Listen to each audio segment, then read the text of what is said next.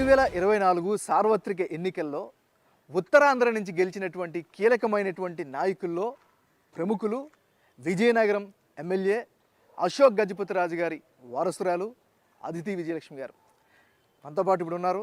అదితి గారిని నెల రోజులు పైగా గడిచింది కొత్త ప్రభుత్వం ఏర్పడి. సో ఆమె ఎజెండా ఏంటి, విజయనగర ప్రాంతానికి ఏ విధంగా అభివృద్ధి చేయబోతున్నారో ఆమె మాటల్లో అడిగి తెలుసుకుందాం. మేడం నమస్తే. నమస్తే అండి. నమస్తే. ముందుగా మీకు బిగ్ టీవీ తరపున హార్టీ కంగ్రాచులేషన్స్. Thank you. ఎందుకంటే ప్రచారం నుంచి చూస్తున్నాం, మీరు చాలా ప్రజల్లో మమేకమయ్యారు, ప్రజల్లో కలిసిపోయారు. ఇదివరకటి కంటే భిన్నంగా ప్రచారాన్ని మీరు కంటిన్యూ చేశారు. రిజల్ట్ ఈ స్థాయిలో వస్తుందని ఎక్స్పెక్ట్ చేశారా? ఈ స్థాయిలో అయితే ఎవరూ ఎక్స్పెక్ట్ చేయలేదండి. మనం అందరం డెఫినెట్ గెలుపు అయితే ఖాయం అనుకున్నాం, కానీ ఈ విధంగా అనేది మనం ఎవరం అనుకోలేదు. కానీ ప్రజలు చాలా పార్టిసిపేట్ చేశారు, అందుకే ఈ విధంగా వచ్చింది. ప్రజలు బాధ్యత తీసుకొని మనం రాష్ట్రం పూర్తిగా పాడైపోతుంది, మనం అందరం కలిసికట్టుగా ఈ బాధ్యత తీసుకోకపోతే రాష్ట్రం పూర్తిగా పాడైపోతుందని ప్రజలకి అర్థమై వాళ్ళందరూ వచ్చారనమాట. ఎడ్యుకేటెడ్ వాళ్ళు, స్పెషల్గా పిల్లలు ఎవరైతే అవుట్ సైడ్ విజయనగరంలో వర్క్ చేస్తున్నారనేది, let it be Hyderabad, Chennai, లేకపోతే అబ్రాడ్ ఉన్నోళ్ళు, మిడిల్ ఈస్ట్లో, యుఎస్లో ఉన్నోళ్ళు కూడా ముందుగా టికెట్లు బుక్ చేసుకొని లీవులు పెట్టుకొని రావటం అనేది చిన్న విషయం కాదు. వాళ్ళందరూ రెస్పాన్సిబిలిటీ అనేది తీసుకున్నారు, అందుకే తీర్పు ఇలాగ వచ్చింది. వాళ్ళు ఈ బాధ్యత తీసుకోవటం కూడా మనకు చాలా సంతోషం. ఎందుకంటే ఎప్పుడు ఇంత పార్టిసిపేషన్ ఒక డెమోక్రసీలో రావటం అనేది it shows a positive impact. Aditi గారు 2019లో ఓటమి పాలయ్యారు. 5 సంవత్సరాల పాటు ఇదే ప్రజలతో ఫైట్ చేశారు. ఇప్పుడు ఇంత విక్టరీ కొట్టారు. గెలిచిన తర్వాత నాన్నగారు అశోక్ గజపతిరాజు గారు ఏం చెప్పారు? మనం ప్రజలతో ఫైట్ చేయలేదు. ఫస్ట్ ఆఫ్ ఆల్ మనం వైసీపీ వాళ్ళతో ఫైట్ చేసాం, ప్రజలతో కాదు. ప్రజలు ఎప్పుడు మనతోనే ఉన్నారు. వాళ్ళు కొద్దిగా కన్ఫ్యూజ్ అయ్యారు. వాళ్ళు ఎక్కువ ప్రామిస్లు ఇచ్చేయటం, మా ప్రామిస్లు ఏమో నెరవేర్చలేదు ఏది, అలాగా ఒక ఛాన్స్ అనేది, ఇటువంటి కన్ఫ్యూజన్స్ అన్నీ క్రియేట్ చేశారు. సో వాళ్ళు గెలిచింది కేవలం కన్ఫ్యూజన్ వలన వాళ్ళు గెలిచారు. ఓకే, ఇప్పుడు గెలిచిన తర్వాత మీరు రెగ్యులర్గా ప్రజా దర్బార్ నిర్వహిస్తున్నారు. అందరూ కూడా కార్యాలయానికి, మీ పార్టీ కార్యాలయానికి వస్తున్నారు, మీ ఆఫీస్ దగ్గరికి వస్తున్నారు. ఎలాంటి స్పందనని మీరు గమనిస్తున్నారు? అంటే మెయిన్ థింగ్ ఏంటంటే ప్రాబ్లమ్స్ ఎక్కువగా ఉన్నాయి. ఈ 5 సంవత్సరాలు వాళ్ళు ఏం చేయలేదు, డెవలప్మెంట్ కూడా చేయలేదు, సంక్షేమం అని అన్నారు కానీ అది కూడా చేయలేదు. సో ప్రాబ్లమ్స్ చాలా ఎక్కువగా పైలప్ అయిపోయినాయి. అయితే ప్రాబ్లమ్స్ 5 years ఏ పరిష్కారం అవ్వలేదు. సో అన్నీ అలాగ ఉన్నాయి అన్నమాట. ఫర్ ఎగ్జాంపుల్ మన టైంలో మనం రివర్ లింకింగ్ ప్రాజెక్ట్ స్టార్ట్ చేసాం. ఏంటంటే నాగావళి చంపావతికి అనుసంధానం. అయితే నాగావళి రివర్ నుంచి అది తోటపల్లి, గడిగడ్డ, చంపావతి, ఈ విధంగా రివర్ లింకింగ్ అనేది విజయనగరం కోసం ప్లాన్ చేశాం. అది పూర్తిగా వాళ్ళు వదిలేశారు.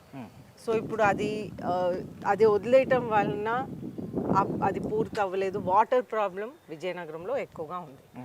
అది పూర్తయి ఉంటే ఇప్పుడు నాకు ఎప్పుడు ఆలోచన ఏమొస్తుందంటే, చంద్రబాబు నాయుడు గారు ఆ టైంలో ముఖ్యమంత్రి అవుతే మన విజయనగరంలో రివర్ లింకింగ్ పూర్తయ్యేది, స్టేట్లో పోలవరం పూర్తయ్యేది, మనకి లెఫ్ట్ కెనాల్ వైజాగ్ వచ్చేసేది. ఇవన్నీ పూర్తవుతే మనకి ఇంకా ఎన్నో ఇండస్ట్రీస్ తెచ్చే అవకాశం ఉండేది. అవన్నీ మనం కోల్పోయాం. ఓకే, సో అది మన స్టేట్ వేరే విధానంగా ఉండేది. ఇప్పుడేమో ఇక్కడైతే ప్రాజెక్ట్ అట్లీస్ట్ ధ్వంసం చేయలేదు, పోలవరం ధ్వంసం చేసినట్లు అక్కడ 35% ధ్వంసం చేశారు.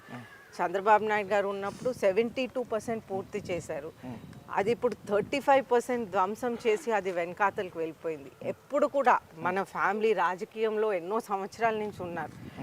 మహారాజా అలక్నారాయణ గజపతి మెడ్రాస్ ప్రెసిడెన్సీలో ఉన్నారు, అలాగే సర్విజీ గారు, అలాగే నా తాతగారు పివిజి రాజు గారు బోత్ స్టేట్లో ఉన్నారు, సెంటర్లో కూడా ఉన్నారు.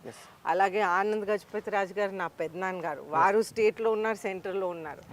అందరూ మినిస్టర్స్గా చేశారు. ఆ తర్వాత నాన్నగారికి అందరికి తెలిసిన విషయమే, స్టేట్లో ఎమ్మెల్యేగా మినిస్టర్గా ఉన్నారు, మళ్ళీ సెంట్రల్గా మినిస్టర్ ఎంపీగా మినిస్టర్గా ఉన్నారు.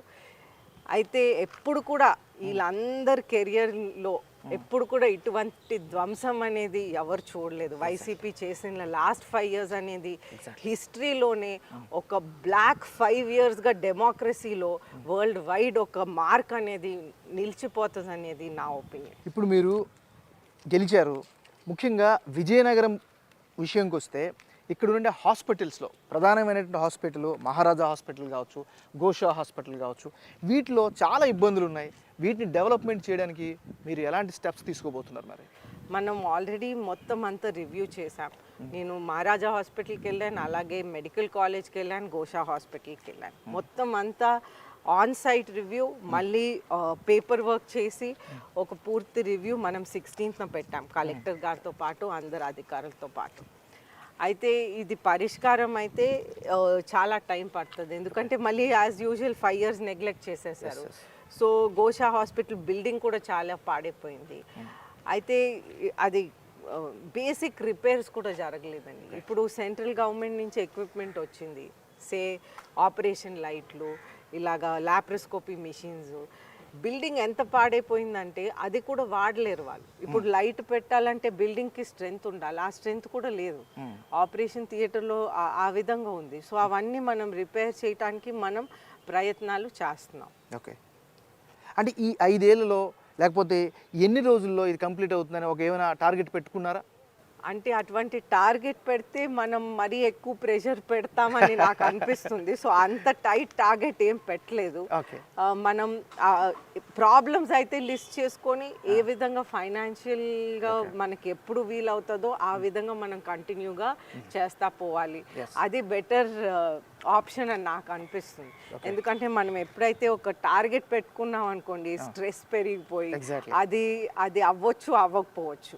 సో బెటర్ మనం ఏమేం ప్రాబ్లమ్స్ ఉన్నాయో అవి లిస్ట్ చేసుకొని as and when financial help వచ్చినప్పటికీ కూడా public can also give that help. And public కూడా ముందుకు వస్తున్నారు హెల్ప్ చేయడానికి. సో అది ఇట్స్ ఎక్సలెంట్ థింగ్ అనమాట. అయితే పబ్లిక్ కూడా ముందుకు వస్తున్నారు. సో వాళ్ళ హెల్ప్ కూడా తీసుకొని గవర్నమెంట్ కూడా ఏ విధంగా హెల్ప్ చేయాలో అది కూడా చూసుకొని మెయిన్ వర్క్ ఇస్ ఆ పని మనం జరగాలి. సో అది స్లోగా టిక్ ఆఫ్ చేస్తూ ఉండాలి మనం. ఆ 5 years వాళ్ళకి శాలరీస్ కూడా రాలేదు, అందరికీ తెలిసిన విషయం, ఎస్పెషలీ అవుట్ సోర్సింగ్ వాళ్ళకి. అయితే అదైతే తీవ్రమైన ఇష్యూ. ఆల్మోస్ట్ కొంతమందికి 1 year కోసం శాలరీస్ రాలేదు, 3 months కోసం శాలరీస్ రాలేదు. నాకైతే అర్థం అవ్వలేదు ఆ 1 year ఆ ఫుల్ 1 year శాలరీస్ రానప్పుడు వాళ్ళు ఎందుకు అంత సైలెంట్గా ఉన్నారో నాకు అర్థం అవ్వలేదు. కానీ ఇప్పుడేమో వచ్చి అడుగుతున్నారు. సో అది ఏ విధంగా పరిష్కారం చేయాలనేది మనం ప్రయత్నం చేస్తున్నాం. మీరు గెలిచిన తర్వాత చంద్రబాబు నాయుడు గారిని గెలిచారు, ఏం చెప్పారు చంద్రబాబు నాయుడు గారు? ఎలాంటి దిశానిర్దేశం చేశారు మీకు? చంద్రబాబు నాయుడు గారు అయితే ఒక అడ్వైస్ అయితే ఇచ్చారు నాకు, డెవలప్ యువర్ సెల్ఫ్ అన్నారు. అయితే డెవలప్ యువర్ సెల్ఫ్ అనేది ఒక నిరంతరంగా లెర్నింగ్ ప్రాసెస్ అన్నమాట. సో మనం కంటిన్యూగా లెర్న్ చేస్తూ ముందుకు వెళ్ళాలి. నాన్నగారు కూడా ఆల్మోస్ట్ అదే విధంగా చెప్తా ఉన్నారు. అంటే ఇక్కడ మీ అభిమానులు కావచ్చు, పార్టీ నాయకులు కావచ్చు, ఇదివరకు ఒక లెక్క, ఇకపైన ఇంకొక లెక్క, మేడం వచ్చారు, ఇప్పుడు రాజకీయాలు మారుతాయి, ఇప్పుడున్నటువంటి విధానాలు మారుతాయి అని చెప్తా ఉన్నారు. ఏ మార్పు మీరు చూపించబోతున్నారు? అంటే ఏం మార్పు అంటే మనం అన్ని విధాలుగా ప్రయత్నం చేద్దాం మన కాన్స్టిట్యుయెన్సీని ఒక పాజిటివ్ విధానంగా. ఎంప్లాయ్మెంట్తో పాటు ఎక్కువ అర్బన్ ఏరియా ఉంది. సో ఇక్కడ ఎంప్లాయ్మెంట్, స్మాల్ స్కేల్ ఇండస్ట్రీస్ ఇటువంటివి తెస్తే ఎంప్లాయ్మెంట్ పెరుగుతుంది. అలాగే మనకి ఇక్కడ ఆల్రెడీ ఎయిర్పోర్ట్ వస్తుంది, ఎయిర్పోర్ట్తో కూడా ఎంప్లాయ్మెంట్ విపరీతంగా పెరుగుతుంది. అయితే ఈ విధంగా మనకి ఎంప్లాయ్మెంట్తో, ఎడ్యుకేషన్తో ఆ విధంగా మనం కాన్స్టిట్యుయెన్సీని డెవలప్ చేయాలని నా కోరిక. మేడం, ఒక విషయం చెప్పండి. గత 5 ఏళ్ల ప్రభుత్వంలో, గత ప్రభుత్వంలో మునుపెన్నడూ లేని విధంగా, చరిత్రలో ఎప్పుడు లేనంతగా మీ కుటుంబం చాలా ఇబ్బందులకి ఎదుర్కొంది, చాలా టార్గెట్ చేశారు. సాక్షాత్తు మీ నాన్నగారు అశోక్ గజపతిరాజు గారే ఒక రకంగా అసహనాన్ని వ్యక్తం చేసినటువంటి పరిస్థితి తీసుకొచ్చారు. మరి రిటర్న్ గిఫ్ట్ ఇస్తారా వాళ్ళకి? రిటర్న్ గిఫ్ట్ ప్రజలు ఆల్రెడీ ఇచ్చేశారు. మనం రిటర్న్ గిఫ్ట్ ఇవ్వటానికి స్పేస్ వదలలేదన్నమాట ప్రజలు ఆల్రెడీ రిటర్న్ గిఫ్ట్ ఇచ్చారు వాళ్ళకి. ఓకే. అయితే వాళ్ళు అన్ని విధాలుగా డెవలప్మెంట్ చేయకుండా అన్ని విధాలుగా ఫెయిల్ అయ్యారనేది ముఖ్యంగా ప్రజలు గమనించారు. అయితే ప్రజలు ఇప్పుడు మనకి సహకరించాలన్నమాట. బికాజ్ చాలా పేషెన్స్గా స్లోగా మనం స్టేట్ని బిల్డ్ చేయాలి. అది వెంటనే సడన్గా ఈ రోజుల్లో ఫాస్ట్ ఫుడ్ కల్చర్ ఒకటి, ఆ టైప్లో ఫాస్ట్ రియాక్షన్ అని అన్ని ఫాస్ట్గా అయిపోవాలనేది ఒకటి ప్రజలు ఆలోచిస్తున్నారు. కానీ అంత స్పీడ్గా అన్నీ అవ్వవు, స్లోగా అవుతాయి. స్లోగా అయినప్పుడు ఆ పరిష్కారం శాశ్వతంగా ఉంటుంది. సో ఆ విధంగా మనం తీసుకువెళ్ళాలి. ఇప్పుడు ఏదైనా మనం సపోజ్ ఏదైనా ప్రాజెక్ట్ చేసామనుకోండి, అది కంప్లీట్ అవ్వాలి. అది షో వర్క్ చేసి వైసీపీ వాళ్ళలాగా మేము ఇది చేసేసామని చూపెట్టకుండా అది సరిగ్గా అవ్వాలి. సో అది సరిగ్గా అవ్వాలంటే నీట్గా స్లోగా వెళ్ళి క్లారిటీగా వెళ్ళాలి. అయితే ఇప్పుడు ఫర్ ఎగ్జాంపుల్ మొన్న మాకు మీటింగ్ అయింది, తెలుగుదేశం పార్టీ మీటింగ్. అయితే జస్ట్ మనం ఇన్ఛార్జెస్ ఎమ్మెల్యేస్ మేమందరం కూర్చున్నాం. అయితే మినిస్టర్ గారు కొండపల్లి శ్రీనివాస్ గారు చెప్తా ఉన్నారు, వాళ్ళు ఒక డిజైన్ చేశారనమాట. వాటర్ ఉంది, పైప్ లైన్స్ ఉన్నాయి. ఇప్పుడు ఏమవుతుందంటే వాళ్ళు వాటర్ కెపాసిటీ మెజర్ చేయాలి. అది మెజర్ చేస్తూ ఎన్ని పైప్ లైన్ వేయొచ్చు, ఏ విధంగా ఎక్కడికి రీచ్ అవ్వచ్చు అనేది వాళ్ళు వాటర్ క్యాల్కులేషన్ చేయాలి. కానీ అది చేయకుండా పైప్ లైన్స్ వేసేసారు. సో ఎక్కువ వాటర్ పైప్ లైన్స్లో స్టక్ అవుతుంది. ఓకే, అంటే వితౌట్ ప్లానింగ్ పనులు చేశారు. Lack of planning. సో ఇది lack of planning and maybe also contracts వలన పైప్ లైన్స్ మీకు తెలియదేముంది, ప్రజలకి తెలియదేముంది. పైప్ లైన్స్కి ఎవరికో బెనిఫిట్ వచ్చి ఉంటుంది. సో దాని వలన పైప్ లైన్స్ స్పీడ్గా వేసేసారు. కానీ క్యాల్కులేషన్ చేసుంటారు, బికాస్ అధికారులు ఉన్నారు, వాళ్ళు చేసుంటారు. కానీ అది సరిగ్గా జరగలేదు. సో అటువంటి కన్ఫ్యూజన్స్ మనం ఇప్పుడు క్లియర్ చేయాలి. అటువంటి రెండోది ఇంకొక విషయం మేడం, మీరు మాన్సాస్ భూములకి సంబంధించి అన్యాక్రాంతమయ్యాయి, దాన్ని కబ్జాలకు గురయ్యాయి, ఇబ్బందులు పడ్డాయి అనేది ఆరోపణలు చేస్తున్నారు. మీరు దాని మీద ఫైట్ అవుట్ కూడా చేస్తున్నారు. కేవలం మాన్సాస్ భూముల మీద మీరు కాన్సన్ట్రేట్ చేస్తారా, ప్రభుత్వ భూముల పరిరక్షణ మీద కూడా కాన్సన్ట్రేట్ చేస్తారా? ఓకే, ఇది మాన్సాస్ భూములు ఒకటే కాదు, ప్రభుత్వం భూములు ఒకటే కాదు, ఇన్నోసెంట్ పీపుల్ భూములు, చిన్న హౌసెస్ కూడా, అటువంటివి కూడా వాళ్ళు ఎన్క్రోచ్మెంట్ చేశారు. నార్మల్ హౌసెస్ ఎన్క్రోచ్మెంట్ ఒకటే కాదు, ఆఖరికి స్కూళ్ళు కూడా వదలలేదు వాళ్ళు. సుంకర్పేటలో చూస్తుంటే స్కూల్ని కూడా 1B రికార్డ్ మార్చేశారు. సో అది ఏంటంటే మ్యూటేషన్ కూడా మార్చడానికి రెడీ అయ్యారు. కానీ ఏమైందంటే ప్రభుత్వం మారిపోయింది, వాళ్ళు అది చేయలేకపోయారు. వాళ్ళు ఏది వదలలేదండి, నార్మల్ పీపుల్ని వదలలేదు, మాన్సాస్ని వదలలేదు, గవర్నమెంట్ ప్రాపర్టీస్ని వదలలేదు.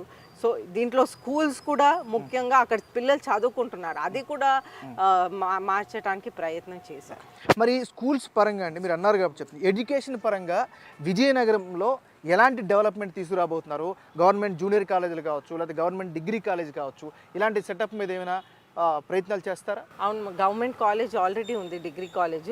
ప్రస్తుతానికి అది సంస్కృత్ కాలేజ్లో నడిపిస్తున్నాం, అక్కడ నడుస్తుంది. కానీ మనం దానికి ఒక పర్మనెంట్ స్ట్రక్చర్ ఇచ్చి ఒక పర్మనెంట్ ఏరియా అవన్నీ ఇవ్వాల్సిన అవసరం ఉంది.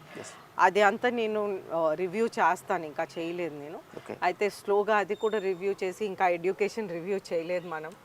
సో అంటే మీరు అన్నట్టుగా ఒక రోజునే కాదు, మీ టర్మ్లో వీటన్నిటిని కూడా సమస్యలన్నీ తీర్చే విల్ పవర్ ఉందా? దాని మీద యాక్షన్ ప్లాన్ ఉందా? అంటే సమస్యలు తీర్చాలనే ఉద్దేశం ఉంది, కానీ డెఫినెట్గా మన సమస్యలు తీర్చడానికి ప్రయత్నం చేస్తాము. కానీ ఎంతవరకు తీర్చగలం అనేది ఇట్స్ ఆల్సో ఫైనాన్షియల్ ఇంప్లికేషన్ ఉంటుంది దాని మీద. సో ఎన్ని ఫండ్స్ వస్తాయి మనకి, ఏ విధంగా మనం తీర్చగలం అనేది depends on the financial funds. మనకి ఏం ఫండ్స్ వస్తాయి దాని ప్రకారం. పవన్ కళ్యాణ్ గారు కూటమిలో చాలా కీలకమైనటువంటి భాగస్వామి. ఆయన పోటీ చేసిన అన్ని స్థానాల్లో గెలిచి చరిత్ర సృష్టించారు. గెలిచిన తర్వాత పవన్ కళ్యాణ్ గారిని కలిసారా మీరు? అసెంబ్లీలో కలిసాను, డెఫినెట్లీ అసెంబ్లీలో సెక్రటేరియట్లో కలిసాను. ఓకే, ఏమన్నారు మీతో? బెస్ట్ ఆఫ్ లక్ అని చెప్పారు. ఓకే, ఎందుకంటే పవన్ కళ్యాణ్ గారికి కూడా నాన్నగారు అంటే చాలా ఇష్టం. చాలా సందర్భాల్లో చెప్పారు, వెరీ డిగ్నిఫైడ్ పొలిటీషియన్, వీల్ అంటే లాట్ ఫ్రమ్ హిమ్ అంటూ చాలా సందర్భాల్లో ఆయన చెప్పిన పరిస్థితి ఉంది. కాబట్టి ఆయనతో మాట్లాడారా, ఆయన ఏమైనా చెప్పారా అనేది చాలా ఆసక్తికరమైన అంశం కదా. ఏ అంశాలపైన మీరు లేవనెత్తాలనుకుంటున్నారు సెషన్స్లో? ఓకే, డెఫినెట్లీ మోస్ట్ ఇంపార్టెంట్ అందరికీ అవసరమైంది వాటర్. డెఫినెట్గా మనం వాటర్ గురించి మాట్లాడాల్సిన అవసరం ఉంది. అయితే వాటర్ అయితే మనం ఏ విధంగా పరిష్కారం చేయాలనేది ముఖ్యంగా ఇంపార్టెన్స్ ఇవ్వాలి. ఆ తర్వాత ఆఫ్ కోర్స్ ఎడ్యుకేషన్ విద్య రెండు కూడా ఆ గవర్నమెంట్ నెగ్లెక్ట్ చేసింది. మేడం, విజయనగరం జిల్లాలో వైసీపీ నాయకులందరూ కూడా బలంగా నమ్మారు, ఈసారి మేము గెలిచేది మేమే. అంటే 2019లో 9 నియోజకవర్గాలకి 9 నియోజకవర్గాలు వాళ్ళు గెలిచారు. సో ఈసారి కూడా గెలుపు మాదే అని ఒక ధీమాను వ్యక్తం చేశారు. అంటే ఏ మార్పు ప్రజలు గమనించారు? ఎందుకు అంత డిజాస్టర్స్ రిజల్ట్స్ వాళ్ళకి ఇచ్చారంటే ఏం చెప్తారు? అంటే వాళ్ళు ఏ డెవలప్మెంట్ సంక్షేమం రెండు చేయలేదు కాబట్టి అటువంటి తీర్పు ఇచ్చారు. బికాస్ వాళ్ళు చేసిన షో వర్క్ అనేది పబ్లిక్కి అర్థమైంది. వాళ్ళు first of all water electricity రెండు నెగ్లెక్ట్ చేశారు. ఇది మేజర్ ఇష్యూ. పైగా ఎలక్ట్రిసిటీ బిల్స్ విపరీతంగా పెంచేశారు. ఒక విధంగా నెగ్లెక్ట్ చేశారు, ఇవన్నీ నెగ్లెక్ట్ చేశారు. మళ్ళీ ఒక సైడ్ ఇది నెగ్లెక్ట్ చేస్తూ అప్పులు తీసుకున్నారు. సో ఆ అప్పులతో ఏం చేశారో దేవుడికే తెలుసు. ఎందుకంటే అప్పులు తీసుకున్నప్పుడు డెవలప్మెంట్ అనేది కనిపించాలి కదా, అది కూడా కనిపించలేదు. అయితే మెయిన్ విజయనగరంలో రివర్ లింకింగ్, విజయనగరంలో ఎలక్ట్రిసిటీ ప్రాజెక్టు ఎలాగైతే పోలవరం స్టేట్లో నెగ్లెక్ట్ చేశారో, ఎలాగైతే అక్కడ ఎలక్ట్రిసిటీ ప్రాజెక్ట్ స్టేట్లో నెగ్లెక్ట్ చేశారో అదేవిధంగా ఇక్కడ కూడా నెగ్లెక్ట్ చేశారు. అయితే అది నెగ్లెక్ట్ అయిపోయింది. ఆ తర్వాత వైద్యం అయితే పూర్తిగా నెగ్లెక్ట్ చేశారు. మనం ఆ బిల్డింగ్స్ ఏ విధంగా ఉన్నాయో అసలు బేసిక్ రిపేర్స్ కూడా చేయలేదు. సో 5 years పెరిగిపోయింది. సో ఆ విధంగా సిచ్యువేషన్ అక్కడ ఉంది. అలాగే విద్య దగ్గరికి వస్తే విజయనగరం అయితే విద్యలకి ప్రాధాన్యత, ఆల్రౌండ్ డెవలప్మెంట్ అనేది విజయనగరం ఒక ఎగ్జాంపుల్. బికాజ్ అది ఎడ్యుకేషన్, అన్ని విధాల ఎడ్యుకేషన్ అంటే మ్యూజిక్, సంస్కృత్ కళాశాల, స్పోర్ట్స్ ఇవన్నీ ఎంకరేజ్ చేస్తూ విజయనగరం ఎప్పుడు ముందుండేది ఇటువంటి వాటిలో. అయితే ఇప్పుడు మన ప్రభుత్వం ఉన్నప్పుడు స్పోర్ట్స్ స్కూల్ అనేది ఒకటి విజీ స్టేడియంలో మొదలు పెట్టారు. అది కూడా నిర్లక్ష్యం చేసి అది కూడా వదిలేశారు. అది పూర్తిగా ఇక్కడి నుంచి తీసేశారు కూడా. అయితే ఇప్పుడు ఇటువంటి కూడా ఇవన్నీ పేద ప్రజలకి ఉపయోగపడేది. అయితే ఇవన్నీ వాళ్ళు తీసేశారు. పబ్లిక్ అది చూశారు, ఒక ధ్వంసం అనేది అన్ని విధాలుగా ధ్వంసం చేశారు. కానీ ఇప్పుడు బొత్స కుటుంబం కావచ్చు లేదా వైసీపీ నాయకులు కావచ్చు బలంగా ఆరోపిస్తున్నారు, మీ మీదనే కాదు మీ ప్రభుత్వం మీద. నెల రోజుల నుంచి విధ్వంస పాలన చేస్తున్నారు, అందరికీ హత్యా రాజకీయాలు చేస్తున్నారు, మమ్మల్ని టార్గెట్ చేస్తున్నారంటూ ఆరోపణలు చేస్తున్నారు. దీన్ని మీ పైన కామెంట్ ఏంటి? మరి ఆయన బొత్స సత్యనారాయణ ఏ విధంగా టార్గెట్ చేశాం, లేకపోతే కోలగట్ల వీరభద్ర స్వామిని ఏ విధంగా టార్గెట్ చేశాం? వాళ్ళు ఏం పని చేయలేదు కాబట్టి ప్రజలు అటువంటి తీర్పు ఇచ్చారు.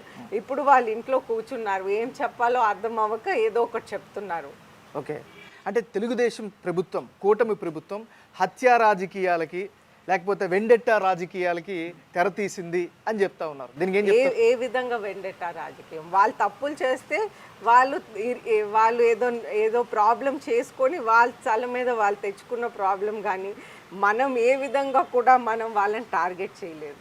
ఓకే, ఇప్పుడు వాళ్ళ గురించి మాకు ఆలోచనే లేదు. మేము ప్రజల మీద ఆలోచిస్తున్నాం, మన వర్క్ మనం కంటిన్యూ చేస్తున్నాం. అంటే ఆలోచించే టైం లేదంటారు? ఆలోచించే టైం లేదు. ఎందుకంటే రోజుకి మీరు ఇక్కడ ఉంటే మీకు తెలుస్తుంది, మార్నింగ్ నుంచి నైట్ వరకు ప్రాబ్లమ్స్. ప్రజలు వచ్చి రోజు ప్రాబ్లమ్స్ చెప్తానే ఉన్నారు. బేసిక్ శాలరీస్ నుంచి వాళ్ళు ఏమి ఇవ్వలేకుండా అలాగా రాష్ట్రాన్ని పూర్తిగా నాశనం చేసేసారు. ఓకే, మీరు ఇందాక మాట్లాడుతూ ఒక కీలకమైనటువంటి అంశాన్ని లేవనెత్తారు, ఎంప్లాయ్మెంట్ క్రియేషన్ మీద దృష్టి పెడుతున్నామని. ఎందుకంటే విజయనగరం జిల్లా నుంచి వలసలు చాలా ఎక్కువగా ఉంటాయి, అంటే ఎంప్లాయ్మెంట్ కోసం. వాళ్ళకి ఏమైనా చర్యలు తీసుకునే యాక్షన్ ప్లాన్ ఉందా? Of course we want to get industries, especially small scales, చిన్నగా. అలాగే మనకి స్కిల్ డెవలప్మెంట్ కూడా ప్రీవియస్గా చంద్రబాబు నాయుడు గారు ముఖ్యమంత్రి ఉన్నప్పుడు కూడా మనం స్కిల్ డెవలప్మెంట్ అనేది బాగా ఫోకస్ పెట్టి ఇంప్రూవ్ చేసాం. అది ఇక్కడ స్కిల్ డెవలప్మెంట్ సెంటర్ మహిళా ప్రాంగణం, ఎన్టీఆర్ గారు పెట్టిన మహిళా ప్రాంగణంలో ఉండేది. అయితే ఇప్పుడు అది కొంతవరకు కొంతవరకు ఫంక్షన్ అవుతుంది, కానీ ముందుట్లాగా అయితే ఫంక్షన్ అవ్వట్లేదు. సో అవన్నీ మళ్ళీ మనం డెవలప్ చేసి అప్గ్రేడ్ చేయాలని మా ఉద్దేశం అన్నమాట. ఓకే, తర్వాత మేడం ఈసారి 2024లో ఆంధ్రప్రదేశ్లో గెలిచినటువంటి వాళ్ళందరూ కూడా ఎక్కువ శాతం యువ నాయకులు బాగా గెలిచారు. సరే యువ వారసులు కావచ్చు లేదా కొత్తగా వచ్చిన వాళ్ళు కావచ్చు ఏదైనా కావచ్చు. ముఖ్యంగా మంత్రివర్గంలో చూస్తే ఆల్మోస్ట్ అందరూ కొత్త వాళ్ళు వచ్చారు. సో వాళ్ళందరినీ కలుపుకొని నిధులు సేకరించడానికి ఎలా ప్రిపేర్ అవుతున్నారు మీరు? మేమందరం అయితే చాలా ఉత్సాహంగా ఉన్నాం. యూత్ బ్లడ్ కదండి, అందరికీ మనం అన్ని చేసేయాలని మా అందరికి అనిపిస్తుంది. సో మేము అన్ని విధాలుగా ట్రై చేస్తున్నాం. అందరం రెగ్యులర్గా మాట్లాడుకుంటాం, ఈ ప్రాబ్లం ఇక్కడ ఉంది, మనం అది ఎలా పరిష్కారం చేయాలి, ఓకే గవర్నమెంట్ దగ్గర ఫండ్స్ లేదా, ఓకే మనం ఈ సిఎస్ఆర్ ఫండ్ని ట్రై చేయాలి, ఆ విధంగా మనం ట్రై చేస్తున్నాం అన్నమాట. మేడం, ఇప్పుడు విజయనగరం అంటే మీ నియోజకవర్గం కావచ్చు లేదా మీకు ఆనుకుని ఉన్నటువంటి నియోజకవర్గాల్లో కావచ్చు, చాలా సంవత్సరాల నుంచి పెండింగ్లో ఉన్నటువంటి కొన్ని పనులు ఉన్నాయి. ముఖ్యంగా బ్రిడ్జిలు కావచ్చు, అండర్ గ్రౌండ్ పాత్వేలు కావచ్చు, లేదా కల్వర్ట్స్ కావచ్చు. ఆల్రెడీ అనుమతులు వచ్చినాయి, డబ్బులు వచ్చినాయి, కన్స్ట్రక్షన్ అయ్యి సగంలో ఆగిపోయినటువంటి ఉన్నాయి. మీ టర్మ్లో వాటన్నిటిని పూర్తి చేసే అవకాశం ఉందా? పూర్తి చేయడానికి ట్రై చేస్తాం. అన్ని ఫండ్స్ ఉంటే పూర్తి చేస్తాం, లేకపోతే అట్లీస్ట్ ఫేజ్ వైజ్ అయినా చేయటానికి ప్రయత్నం చేస్తాం. ఓకే. ఇప్పుడు అధికారులు అంటే మీరు ఎంత మంచి విల్ పవర్తో ఉన్నా కూడా అధికారుల సహాయ సహకారాలు చాలా ఇంపార్టెంట్. అంటే మీరు వాళ్ళకి చెప్పాలి, వాళ్ళ దగ్గర నుంచి కూడా మీరు వినాలి. మీరు ఎవరైనా ఫీడ్బ్యాక్ చెప్తే వినడానికి సిద్ధంగా ఉన్నారా? నేను వినడానికి సిద్ధంగా ఉన్నాను, కానీ అధికారులు అయితే నా ఒపీనియన్లో చంద్రబాబు నాయుడు గారు కూడా మొన్న కోరారు, వాళ్ళందరూ ఒక విధానంలో అలవాటు పడిపోయారు లాస్ట్ 5 years. వాళ్ళు లేచి పని చేయాలని మేమందరం కోరుతా ఉన్నాం, చంద్రబాబు నాయుడు గారు కూడా వారిని కోరుతా ఉన్నారు. ఓకే. ఇప్పుడు అధికారంలో రాకముందు మీ లైఫ్ స్టైల్ ఒకలాగా ఉంటుంది, అధికారంలోకి వచ్చిన తర్వాత ఒకలాగా ఉంటుంది. ఇది కామన్ ఎవరికైనా. ఈ రెండింటి మధ్య మీకు ఏమైనా డిఫరెన్స్ కనిపించిందా మీ వరకు? న్యాచురలీ అధికారం వచ్చాక ఇంకా వర్క్ లోడ్ పెరిగిపోతుంది, అది నార్మల్. సో అదే జరుగుతుంది ఇప్పుడు. ఎందుకంటే ఇక్కడ మీకు మిగతా వాళ్ళకి లేని ఇబ్బంది మీకు ఒకటి ఉంటుంది, అంటే పాజిటివ్ ఇబ్బందే. చంద్రబాబు నాయుడు గారు కావచ్చు లేకపోతే నాన్నగారు కావచ్చు, ఇద్దరు కూడా వర్క్ హాలిక్స్. ఇద్దరు వర్క్ హాలిక్స్ని డీల్ చేయడం చాలా కష్టం. సో ఎట్లా మేనేజ్ చేస్తున్నారు? మేనేజ్ చేస్తున్నాం, చిన్నప్పటి నుంచి అలవాటు అయిపోయింది చూసి. ఓకే. ఇప్పుడు ఉన్నటువంటి వాళ్ళలో ఎవరు మీకు బాగా ఫ్రెండ్స్? ఇప్పుడు గెలిచిన వాళ్ళలో బాగా ఫ్రెండ్లీగా ఎవరితో ఎక్కువగా మీరు మూవ్ అవుతూ ఉంటారు? మనకి అందరి ఫ్రెండ్సే, మేమందరం రెగ్యులర్గా కలుసుకొని ఇష్యూస్ ఏమున్నాయో మాట్లాడుకొని అవి సాల్వ్ చేయడానికి ప్రయత్నం చేస్తున్నాం. కలిసికట్టుగా ఉన్నప్పటికీ ఇప్పుడు కలిసికట్టుగా ఉన్నాం కాబట్టి ఈ సిచ్యువేషన్లో మనం ఫేస్ చేయగలుగుతున్నాం. ఓకే. ముఖ్యంగా కార్యకర్తలు మీ దగ్గర నుంచి అంటే మొదటి నుంచి మీరు చెప్తా ఉన్నారు, అది నిజం కూడా.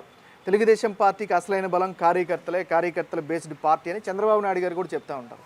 లాస్ట్ టైం మేము చాలా ఇబ్బందులు పడ్డాం, చాలా అన్యాయాలకు గురయ్యాం, ఈసారి మాకు ఆదుకోండి అంటూ మీ కార్యకర్తలు డిమాండ్ చేస్తున్నటువంటి పరిస్థితి. సో వాళ్ళందరి పట్ల ఎట్లా ఉంటుంది మీ అప్రోచ్ మరి? డెఫినెట్గా కార్యకర్తలు అందరూ ఏ విషయాలున్నా నాకు వచ్చి చెప్పొచ్చు, మనం అవన్నీ పరిష్కారం చేయడానికి ట్రై చేస్తాం.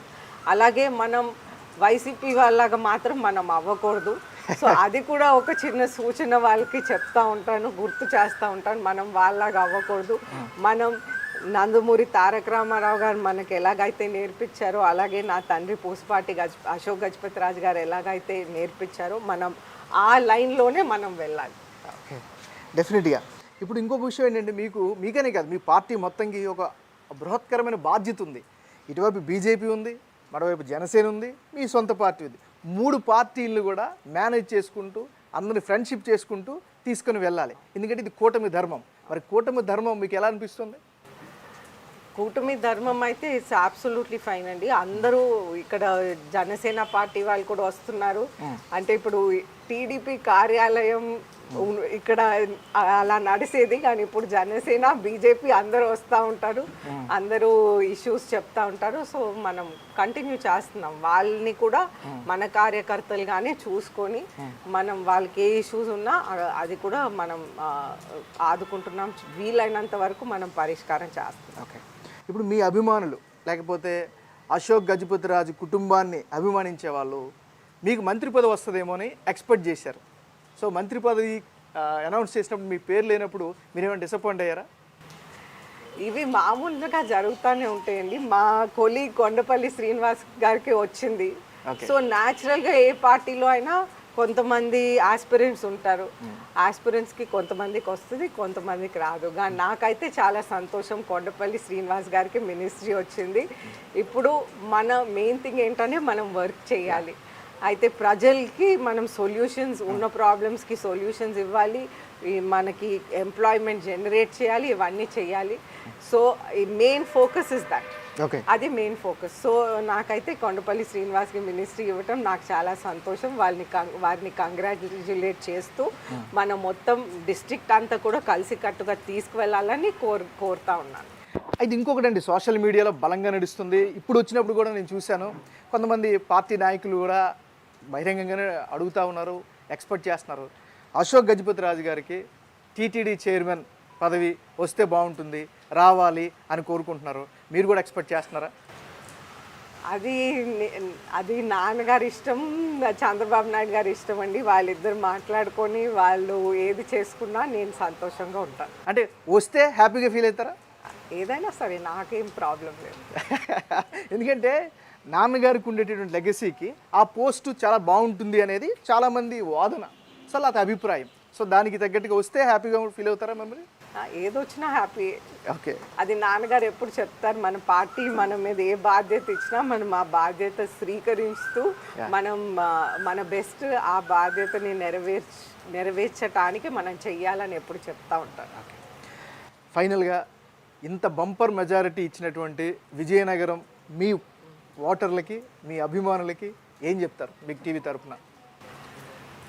మా ఓటర్లకి, అభిమానులకి అందరికీ నా ధన్యవాదాలు తెలుపుతా ఉన్నాను. మీరందరూ కూడా ఇప్పుడు పేషెన్స్గా ఉండి కొద్దిగా సహనం, ఓర్పు ఇవన్నీ ఉండాలి. ఎందుకంటే స్టేట్లో మనకి ఫైనాన్షియల్గా మనకి చాలా నెగిటివ్గా ఉన్నాము ఫైనాన్షియల్గా. అలాగే గత ప్రభుత్వం ఎన్నో లోన్స్ తీసుకొని ఎన్నో అప్పులు ఉన్నాయి. అయితే అప్పులు ఉన్నాయి కానీ డెవలప్మెంట్ జరగలేదు. సో ఆ ఫైనాన్షియల్ ఇంప్లికేషన్స్ చాలా మన మీద పడిపోతున్నాయి. మనం అందరం కలిసికట్టుగా ఉండాలి. మీరు కూడా ఇప్పుడు పార్టిసిపేట్ చేయాలి. ఈ ప్రభుత్వం ఎలాగైతే ఎలక్షన్స్లో పార్టిసిపేట్ చేశారో అలాగే ఇప్పుడు కూడా పార్టిసిపేట్ చేసి మన రాష్ట్రాన్ని ముందుకు నడిపించాలంటే అందరూ పార్టిసిపేషన్ ఉండాలి. నా బాధ్యత, లేకపోతే చంద్రబాబు నాయుడు గారి బాధ్యత, లేకపోతే పవన్ కళ్యాణ్ గారి బాధ్యత, లేకపోతే మోదీ గారి బాధ్యత అని ఆలోచించకుండా ప్రతి ఒక్కరు కూడా పార్టిసిపేట్ చేస్తూ మన రాష్ట్రాన్ని ఒక పాజిటివ్ విధానంగా ముందుకు తీసుకువెళ్ళాలని ప్రజలను అందరినీ కోరుతా ఉన్నాను. థ్యాంక్ యూ సో మచ్ అండి అదితి గారు, మీ బిజీ షెడ్యూల్లో కూడా మాకు ఇంటర్వ్యూ ఇచ్చినందుకు thank you so much and wish you very all the best అండి. థ్యాంక్ యూ అండి నాగరాజ్ గారు, థ్యాంక్ యూ. సో ఇది విజయనగరం ఎమ్మెల్యే అదితి గారి అభిప్రాయం. చూస్తూనే ఉండండి బిగ్ టీవీ.